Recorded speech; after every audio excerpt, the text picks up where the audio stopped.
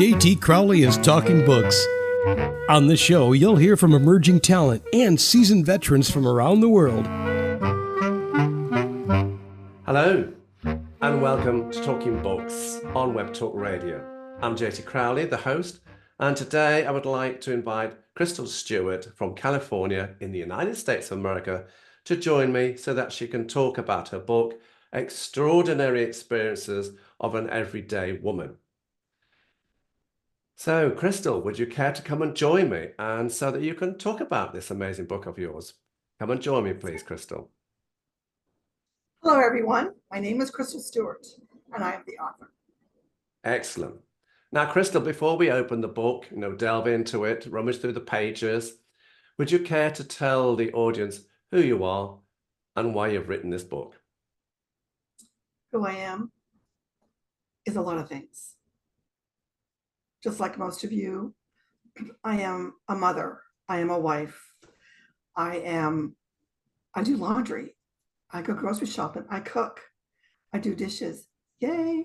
I don't have a dishwasher, so I actually do dishes. I do anything a normal person would do. But on the other hand, I'm an award-winning author. And on the other hand, again, I'm a clinically certified hypnotherapist. I'm a theta practitioner. I do energy healing. I do readings. I do Metatronia Therapy. I do spiritual counseling and much more. So I'm a lot of things. But mainly, I want to tell you all, I am magnificent, as are every single one of you. Why I wrote this book was because Spirit asked me to. I've had over 35 profound experiences in my life since I was 8 years old. And I would write them down on paper and scribble them in pencil and things of that nature. But I wrote them down so they're legible. And Spirit told me to gather them because we were going to write a book. I had never written a book, and I made that quite clear. They said not to worry because we were writing a book. They wanted my experiences, but because they want, how they put it in one of the channelings is in the book, is the fact that I'm able to dumb things down enough for people to understand them. So, which is why they chose me, because I can put it in layman's terms, bottom line type of thing. So, and I use my experiences because I want people to know that every single one of us on this planet has gifts. We were born with them, we come in with them. Not everyone knows how to use them. I want them to know that they can have these gifts, live an everyday normal life, not have to fear them. And the more you use them, the more are going to come online, and the better life gets. Some very interesting thoughts there. And now, Crystal and I have had a lot of fun putting this podcast together, everybody. Right from when I first met her a couple of weeks ago. And I described her in a certain fashion in my written introduction, and she was happy for me to say that because she is quite a bubbly personality, everybody. And that was one of the joy that we had when we were doing this interview, laughing back and forwards and just checking that this is going to work. So I want to open the book.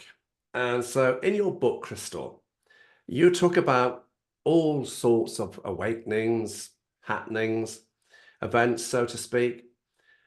Now, I don't want to go into all of the awakenings, the events that are in the book, because that's not the idea, everybody, to go into the entire book. The whole concept of doing this podcast interview is to give you a glimpse, a sneak preview, a flavor of what you can expect from Crystal Stewart in this book of hers. If you want to know more about herself and what the book is, then you can go to her webpage, www.exploringyourgifts.com. It's a new website. It's very exciting. And she spent a lot of time putting it together. So go and have a look at her and the webpage and the book. Now, I found when I looked at the book Crystal, the introduction was powerful. It was full of meaning. And normally an introduction really doesn't catch my attention, but this one did. So when I looked at the introduction, you've got all sorts of stories about your own experiences and how you got into this awakening world. So would you like to care, to briefly tell us about some of your experiences and how you got into this world of awakening? Well, oh, I've had many. I've had ET experiences. I've had spirits in houses. I've taken pictures in my house in Auburn where I was just taking snapshots, and I had them developed, and there was spirit all over them. I mean, they are all over these pictures. My face has changed in one of them. I mean, I've got the same clothes on in this picture, and the next picture is my grandfather's face. And you can see the energy coming from the door. I mean, spirit pictures everywhere. I got into it because I want to help people awaken. I want them to know that they're okay. There are so many people these days who have these gifts who, because of how they're brought up, I was brought up Catholic, so I understand some of that if you don't do things the way they tell you to, you're going to go to hell. You're going to die and go to hell. You're going to burn forever. Well, yeah, that isn't true. But it depends on how you were raised and what religion you come into. People have different beliefs. And if they have these gifts, they're thinking that they're doing something wrong. They're horrible people. They're devils. They're whatever. And they're not. They need to know that they're okay. There's nothing wrong with them. They're good people. They just have to learn to understand what they have. Because you had your first experience, I believe, when you were very, very young. 8. I was 8 years old. Mm. I was in bed. I just moved in with my mom. My parents separated when I was really, really young. And I moved in with my mom when I was 8. We lived in Florida. All 3 of us girls slept in one room. I was on the top bunk. And I was awoken from a dead silence. Why, I don't know, but I was. And I climbed off. Everybody else was sleeping. I climbed down off the bed, off the top bunk. And I'm just sneaking because I know something's there. I don't know what's there. But little old me is like, okay, I'm going to be brave and I'm going to go find out what's going on. So as I'm sneaking around the edges of the corners, like hiding myself so no one can see me, and running across the hall and up against the wall, I knew something was there. And as it got close, I let out a blood-curdling scream. Well, my mom gets out of bed with a butcher knife. She's going to kill somebody. But there's no one there. So she tells me, oh, you're sleepwalking, go back to bed. So I do, but I'm awake. I know I'm awake, and I know something's there. But, you're 8 years old, so nobody believes you. They think you're just, you're just a kid. What do you know? And she let it go. But later on, it was a day or two later, I think, really, when I thought about it and recreated in my mind, I saw what was there. There were 3 people dressed in Dickens clothes, like you would see in the Scrooge movies, that kind of attire, Christmas attire. The rich people with the muffs, the hands in the muffs, and they were just popping by to say hello. They had somebody who had not known me in a prior life. That's where it began. It is, everyone. That's where it began. So now, I don't know whether I want to refer to these as chapters in the book or sections or events. It really doesn't matter. But we are going to go just to give you, as I said, a sample of what's in the book, everybody. So I'm going to go to the section under religion. Now, this is not a religious book, but this is just the heading of the section here. And so you say it's not a religious book, and that you can be of any faith and still be on an awakening soul. You and your own family have had multi-faiths. beliefs and different viewpoints around awakening souls. And having explored several religious denominations, you have opted to follow your own path. Correct. You also say here that your experiences come from channeling, visions, hearing things, dreams, feeling the energy. Yes. So what message, Crystal, are you conveying to the reader and the wider audience here? In the section of religion? Yeah.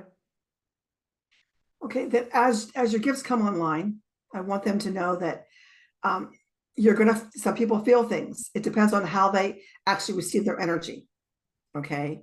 I've been doing this a long time, so I have a lot of those gifts. But when you're first starting out, some people feel, some people know, some people hear, some people see. You generally always have two to start with, a major and a minor. But when you first start out, you'll have a couple. And the more you do it and the more you come online, the more you'll get. But you'll have to delve into that and find out which ones you are. Okay. And then research it. You need to research that. You know, I can't give you all the information because if you don't research it, then you really don't care enough about it to do anything about it. So it's a waste of your time and mine. But I give you resources and I want you to know that you can be any faith. My brother is Mormon. I was raised Catholic. My dad is Protestant and I have a pseudo aunt who's Jewish. So I've been around a lot of that. And it makes no difference who you are. I mean, it makes no difference who you are or what religion you are, because it's not about that. It's all the same God. They're just honored differently. Each religion honors it differently. And that's okay. You're not asking someone to give up with their religion. You're asking them to let you be who you are. So. And that's important. Yeah, I understand the concept. There's only one God, but there are many religions. I get that. And, you know, when you look at Crystal's book, everybody, just keep an open mind. That's all. I'm not asking you to believe or not believe. I want you to go through it and look for yourself. I mean, you have to research some of this stuff yourself. I give you places to start. And when you start to get into it, I have a section at the end. There's a blank page at the end of every section for you to write your notes and your thoughts, whether I don't like this, whether I want to check into this more.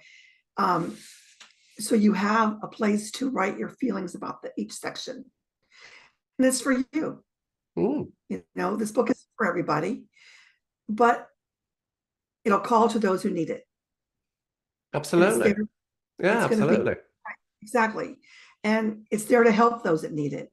Or it may not be for you as you get into it, but you may know someone that does. Pass it on. That's what it's for. To help everyone who needs it. Yeah. Now, there is a, part of the book, a section, an event, a chapter, dreams.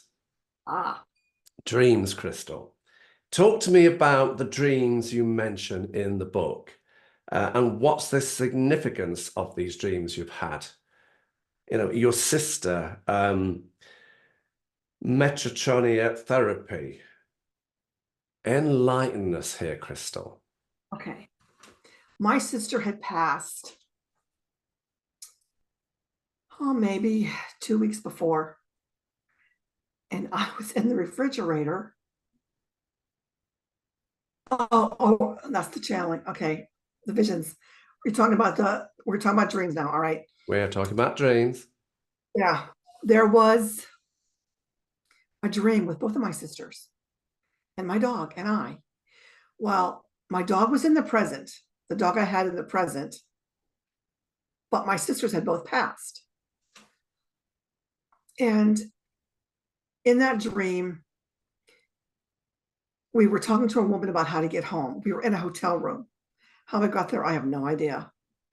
So she told us how to get home, and we started out to get home. We got in a car and we took off and left my dog behind. So we had to stop because the dog's running behind the car. So we pick up the dog and we keep going. And all of a sudden, we're not there. We're not in the car anymore. We're on this road and we're walking. And we're walking and we're walking and we walk off the edge of this cliff and we start falling. And as we get close to the bottom, both tops of the trees, we kind of soft fall and kind of float to the bottom. And we're on the beach. Well, there was a guy at the beach who my sister was talking to, but I don't know what he said. And all of a sudden, we're home. And she's irritated, and there was something that he wanted her to do, and she didn't do it. Well, I did it. I don't remember what it was because all I know is I did it. And at that point, my dog had to go to the bathroom, so it woke me from the dream, and I didn't get to finish it. But what I heard from that is, this is a test. You are, faith. Walking off the edge of the road was faith. Have faith and trust. And that's, I wrote that in the book, and that was one thing. I've had so many dreams. What is Metatronia Therapy? Metatronia Therapy. Okay, Danny, I refer to him in that section as well, or in the dreams as well. Metatronia comes in like an orange or red color. And I was learning Metatronia Therapy. Okay, so like I said earlier, it's a combination of energy healing and Reiki and color therapy.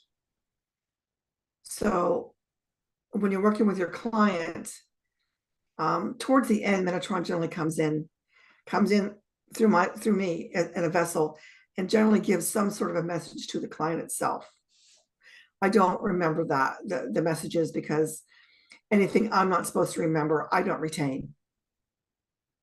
So it's like, if I have a channeling and Jesus is telling me to tell this to a person who I'm with, or whoever I'm with, it's not for me, so I won't remember what it says, but that's generally what Metatronia Therapy is.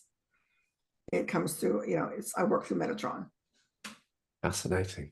It is. Absolutely fascinating. Color therapy. Now, let's go to visions. So we've done religion, we've done dreams. Let's go to visions. Now, you say you've had visions in different places at different times, and you say that you do not always know that's what they mean. So you must do a lot of guessing, or go with what you feel, you think this vision is about. And you say you're usually right. Once you've analyzed this vision and you've put your own thought process into it, you say you're usually right. Well, a lot of times I will go, I didn't mean to interrupt you. No, not at all. I'll ask spirit, this is what I'm getting out of this. This is what it feels like to me. And they'll either say, trust your intuition, or what do you think? Or if I'm a little off base, they'll correct that. But I'm not usually. So you mentioned in this part of the book your Aunt Louise. My Aunt Louise, yeah. Your Aunt Louise, yeah. Why? Okay. Why? Okay. My Aunt Louise had passed. My Aunt Louise and my mom, okay, of course, we're sisters. But like I said, my mom was in school, so she wasn't around a lot. So my Aunt Louise would babysit us when we were little, before she got married and things like that. So she was closer to me than my mom. But, she got married, and, I would visit her and things like that. Well, she passed about a year ago, maybe, not too long ago. And I was sitting outside, just just cloud watching and meditating, and just, it was a really nice day. And she pops in. I mean, I could see her face is clear. Anybody who knew her would know that. And she just said, "I love you." Isn't that nice? Yes. And she looked a little younger. And then she was gone, and she smiled and she was gone. And to me, that was her way of saying goodbye. Mm. I recognize you. I'm gone. And that was cool. So this is an I thought it was- important part of your book, isn't it? What, the people that passed? Yeah. Visions. When my sister passed, I was in the kitchen. And, you know, I know she had passed, but I was in the refrigerator. All you could see was like my butt and half my body. And I stand up and turn around and went, "Oh, whoa." Because I ran into her, literally ran into her. I could see her like I see you, but yet she was translucent and she was gone then, you know, but like, whoa, I said, "Hello." You know, I was like shocked, but you know, hey, how you doing? On that Now, side of the, you're healed. There's nothing wrong with you whatsoever.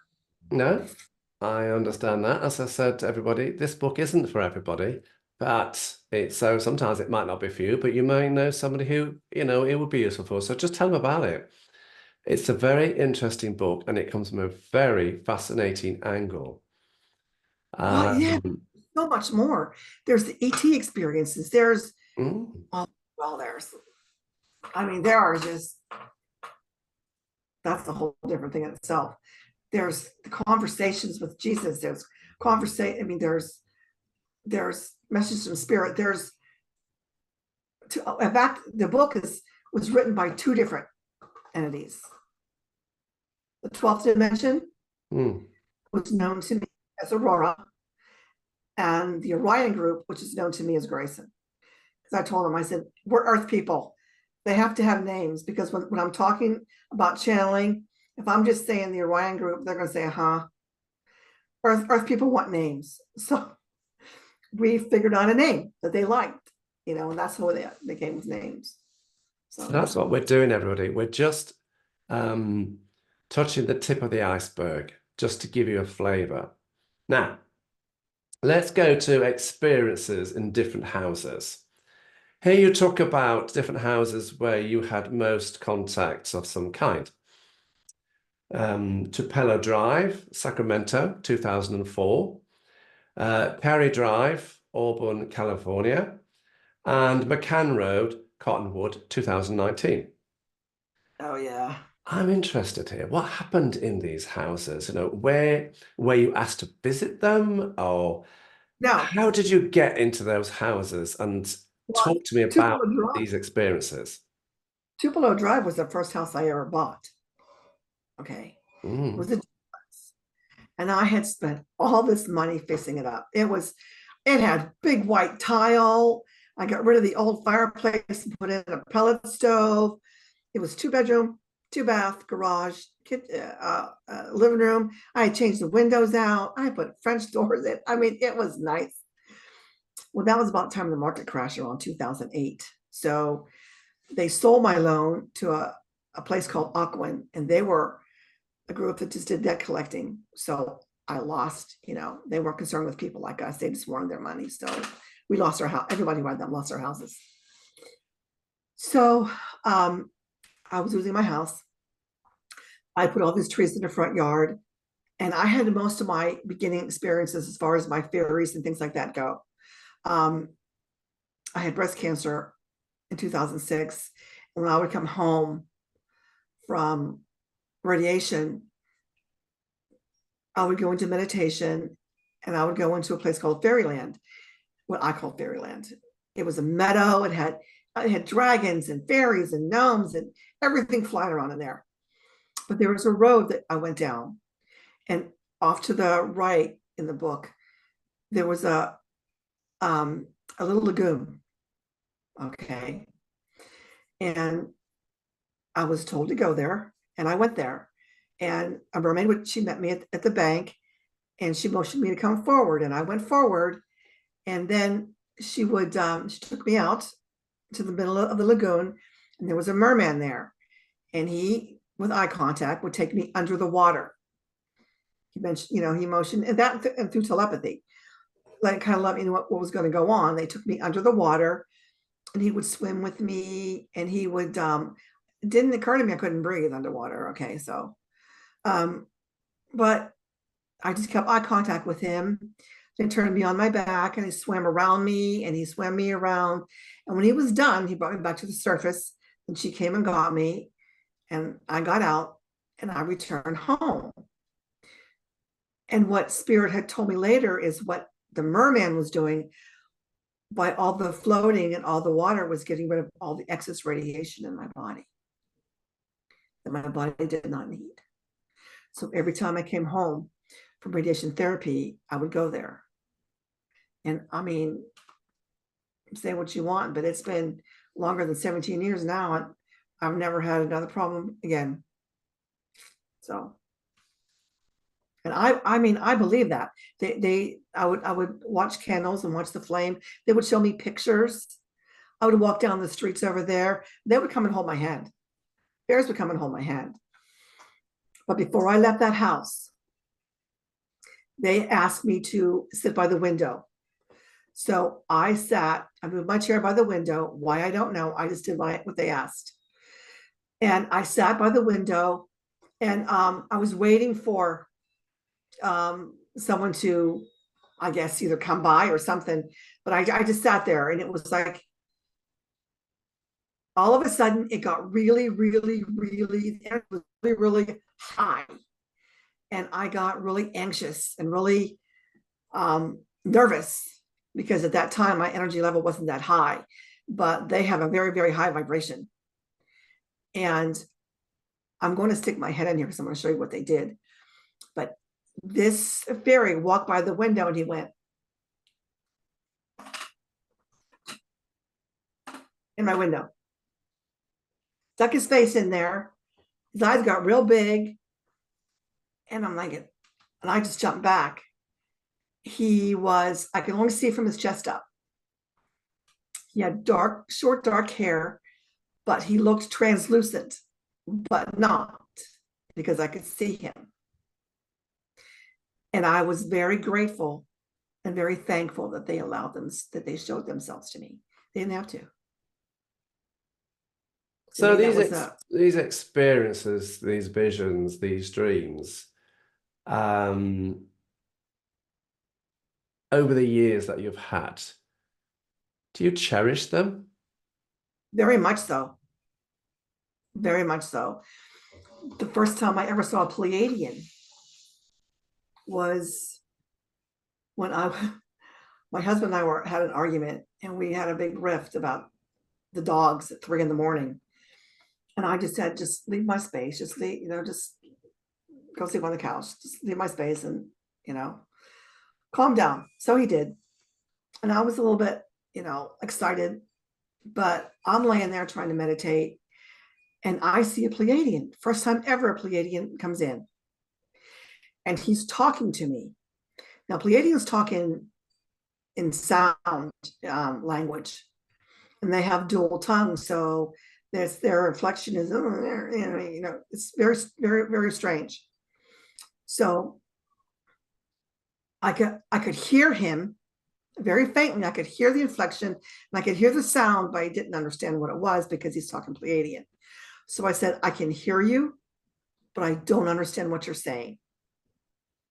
So he paused a minute, and he talked again. And then I heard the words in English. It's okay, dear one. You're going to be just fine. Don't worry. Everything's going to be just fine. Well, I was more concerned and more thrilled that I actually talked to a Pleiadian. See, now exciting. You talked about the Pleiadian coming in. Now that's really more in the channeling Oh, probably. section. That's where that is, everybody. Now, this is a bit, this part of the book on under channeling, you put an awful lot of the book, a fair portion of the book is talking around channeling. So yes, you mentioned the Pleiadian coming in, but I want to go to concentrate just on channeling. What is channeling in your world, in Awakening Souls, and what can the audience, the listeners, the readers get from channeling in this part of your book? It's a big part of your book. It is. Channeling is where I get messages from beyond. Okay. They can be, I've had messages from God, messages from spirit, but you also have to be careful when you get them where they're not coming from ego. Ego can be, if you don't feel a lot of love behind what you're getting, if it's all about you and goody two-shoe stuff, and that's more self-centered stuff, that's not coming from channeling. When you're getting channeling information, you're getting information that's helpful to you, that's knowledgeable to you, things that to help to guide you. But not self-serving. I don't know how to, I know I can explain that better if I thought about it some more, but because ego is all about, what can I do for me? This is just for me. Mm-hmm. So things like that, that's more ego than channeling. But I get them from everyone, and if I'm not sure who I'm talking to, I will ask. And they'll tell me where they're coming from. I get messages from people or entities not in this galaxy. Like I don't believe the 12th dimension that I get is even from this galaxy. I believe they're from the planet Zeno, which is not in this galaxy. And I never asked which galaxy they were in because it's still irrelevant to me. There's a group I channeled from that's called Drusil. They're water people, but not. They're more like, I guess, more on the,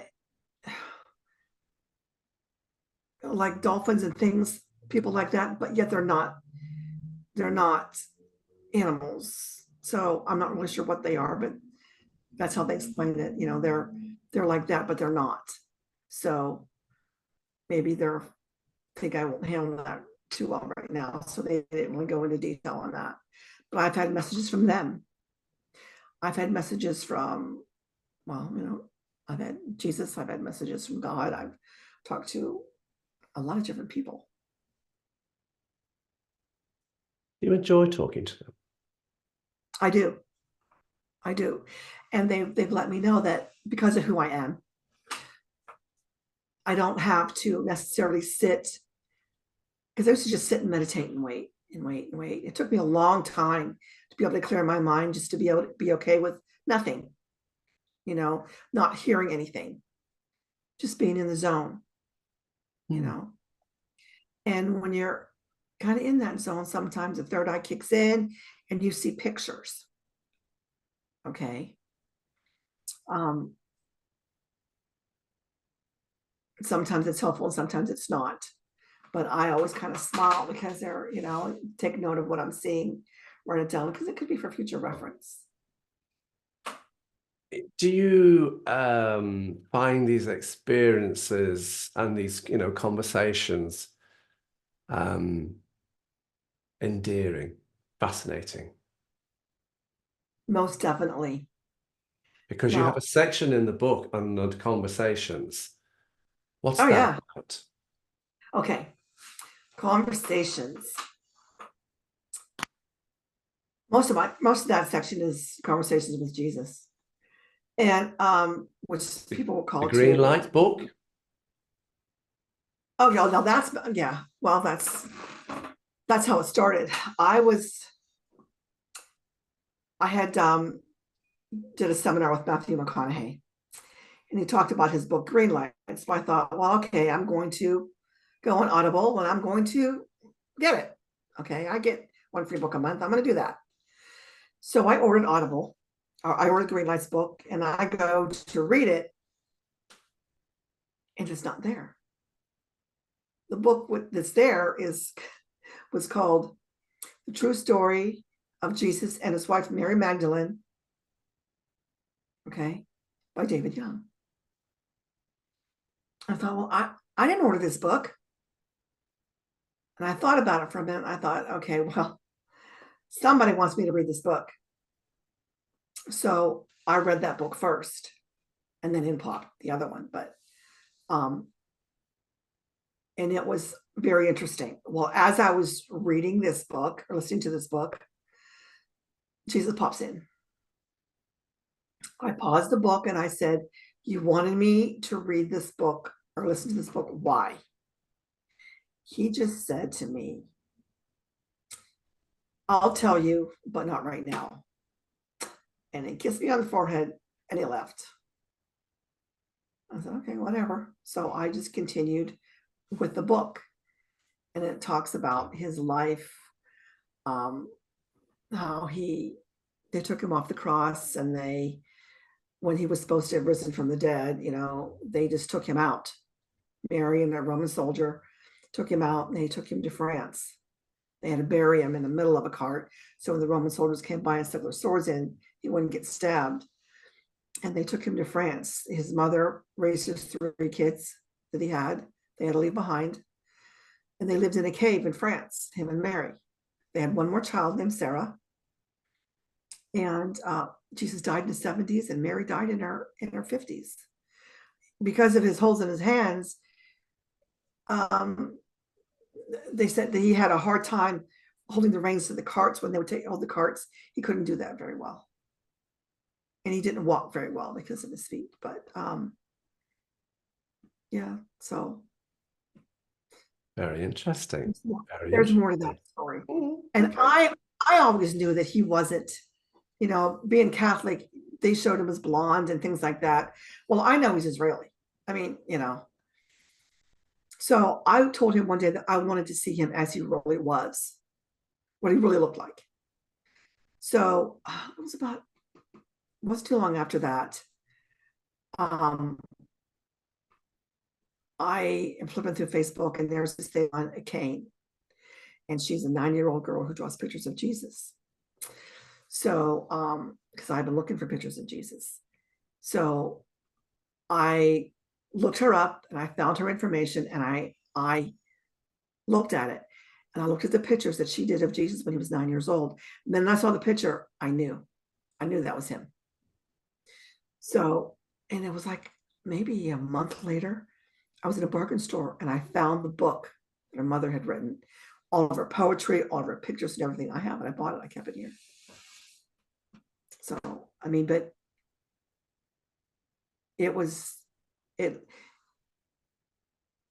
I just knew the minute I looked at that picture, I knew that's who I was talking to. No question. Okay. Interesting. Now, finally, Crystal, things spirits want us to know. What are they? Well, I don't want to go through all of them because they're in the book. If you want to read the book. However, I did meditate this morning and ask Spirit to give me some that weren't in the book. So for the readers out there or the listeners out there, I have 5 new ones that are not in the book. There are 15 that are. And the first one they gave me was trust your intuition. Don't let others tell you how to feel or what you should do. Trust yourself. The second one was you are so blessed. This world is an illusion, so don't spend time worrying about things. Worry just lowers your vibration. The third one is the more you connect with your soul self, the easier your life's going to become. And the theory behind that is because the more you connect with your inner self, your inner God, you're going to learn more about who you are and what you are. You're going to find more peace, and your life's just going to seem to flow. Okay. The fourth one is you must believe in yourself and what you are and what you do if you want to manifest anything. If you can't believe in yourself, you're never going to manifest anything. So if you're wanting to manifest, you've got to believe in yourself. And the last one is dream the dreams that make you happy and let the rest go. It's love and light. Now, dreams are something I mentioned in the book, have a lot, can do a lot for you. They can teach you things. You can learn things.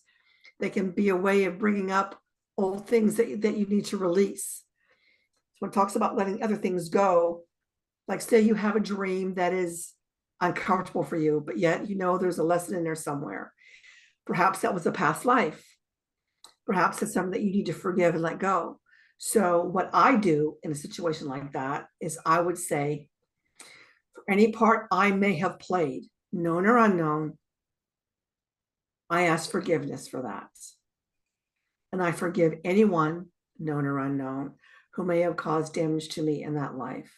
And I let it go and I release it with love and light. That gets rid of it. You let it go and you release the karma at the same time. Who would you like to see reading your book? Who have you really written this for?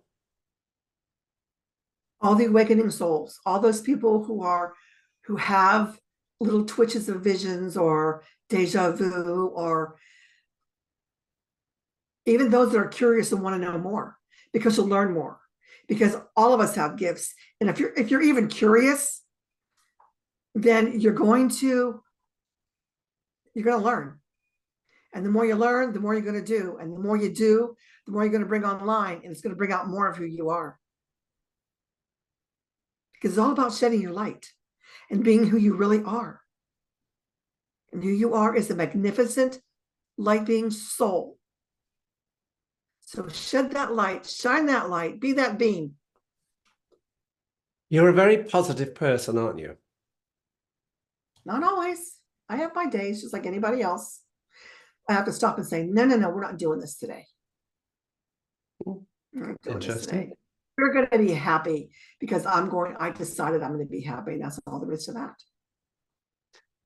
Where can people get your book from? And do you intend writing another book? Yes, I am writing another book.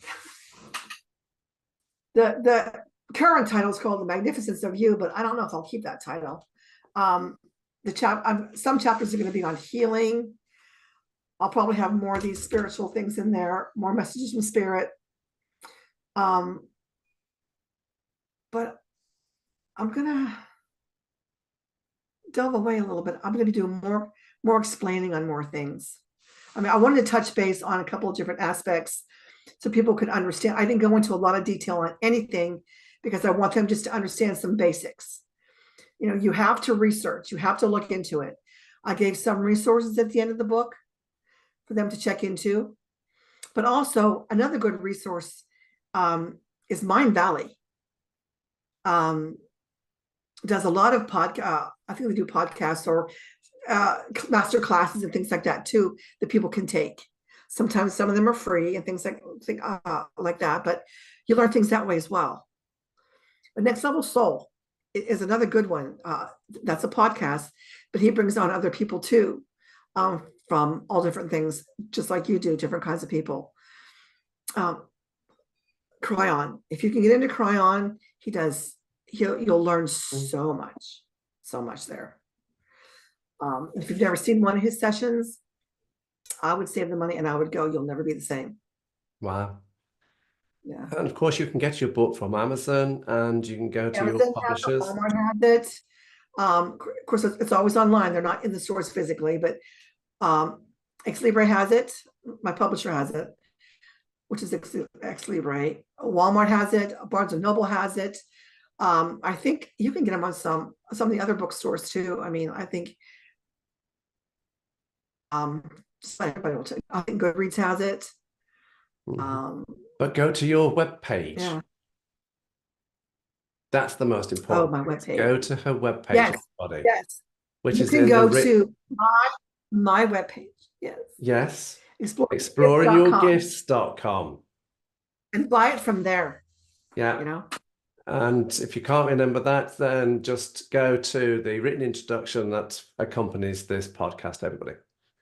Well, and there Crystal Stewart. One other thing. There's a section, I think, under contacts on the last page. I think it's the last page of my website. It has a thing for messages and things like that. So if you have a question or something, that you can type that in there and send that off, and you'll get some information. There you go. Crystal Stewart, it's been a wonderful experience chatting to you over the last few weeks and putting this podcast together. And I wish you every luck with your book. And I hope you give me the opportunity to interview you about your second book, whenever that's going to come out. Most definitely. And I thank you as well. I enjoyed this very much. And to all the people out there who will be listening to this podcast, I want you to always remember, you are magnificent. Anyway, everybody,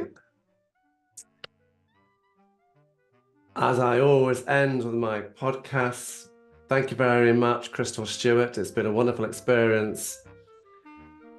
I'm JT Crowley. Thank you for listening. Wherever you're in the world, stay safe. Until next time.